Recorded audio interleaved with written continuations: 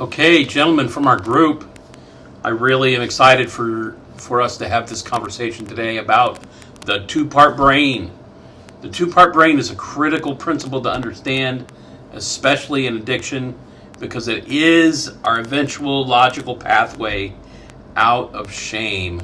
And I really hope that I can demonstrate that a little bit today in this short video before our group on Thursday.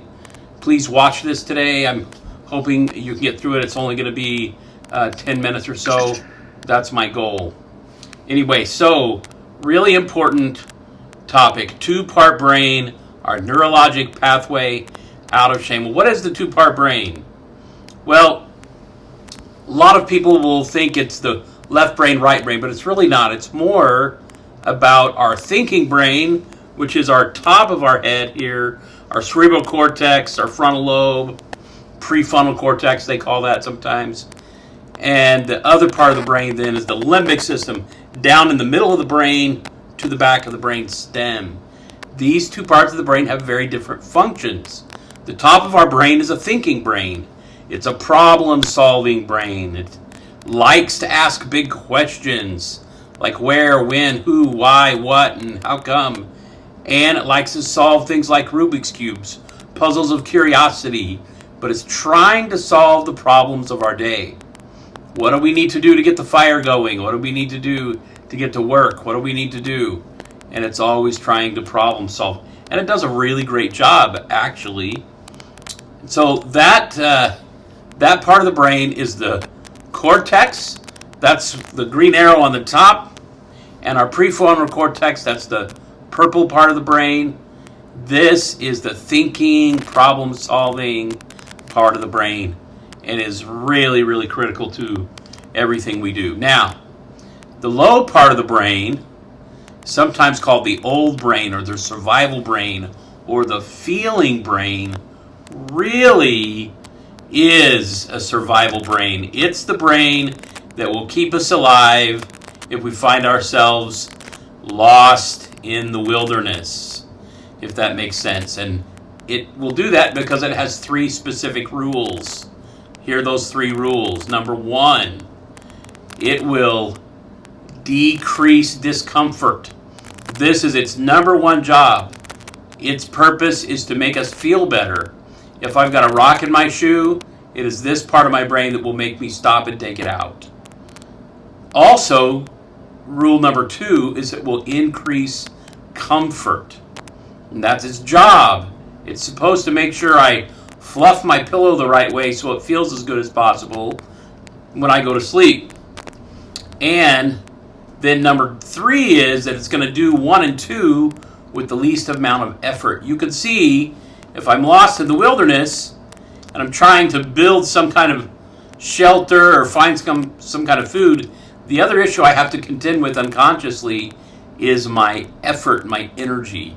It wants to conserve energy for me. So some people might call it the lazy brain, but I'm here to tell you that's its job, is to conserve energy for us. So it's really important that we understand these two parts of the brain. Now, because of that, the two-part brain makes us rooted in what I call a living experience of duality. It's kind of the yin and the yang. This is what Eastern cultures think about it like. But it means something like this. If I go home from work today and I walk in the door and my wife has got cookies going and I can smell them, the limbic part of my brain, the survival part of my brain, will want me to have 5 cookies, and it will want me to store 5 more in my pockets. But my thinking brain will say, Dan, you're a diabetic. You should only have 1, and then you should only do it a while after dinner. But here's the thing. I cannot not have both thoughts. I can't exist in a world where only one thought exists because my two-part brain is always alive. It's always aware. Now, the other little part about that is to remember that your survival brain runs what we call the autonomic part of our nervous system. It's the things that we can't control. For example, if it gets cold outside and you start to shiver, that's your autonomic nervous system and your limbic system, your feeling brain, shaking you to try to generate heat. You didn't choose that. But it's trying to keep you alive. So there's lots of little unconscious functions that part of our brain will do. Now, the most important part of this is that you learn to recognize that this is the nature of being human. And we have to learn to appreciate the part of us that is ever vigilant to soothe our pain and to increase our comfort. It is strong and constant, and it cares for us relentlessly. Here's the big reframe. The part of my brain, that limbic system, that often is responsible for the addiction, is in fact the part of my brain that is attempting to care for me relentlessly in the now. If I have any discomfort, stress, or pain, it is really, really waiting. And I'm not waiting, but it is really ready to give me options of quick and easy relief. It is always aware of our pain. And we have to appreciate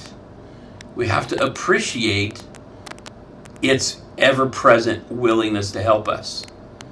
Now, there's more to that. I'd like to have more conversation about that. This is a theme we keep coming back to.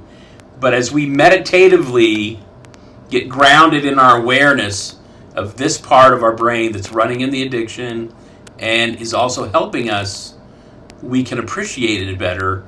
And that gratitude will lend us to shame reduction. And that's my primary message with this video today. Think about this and let's talk about it in group.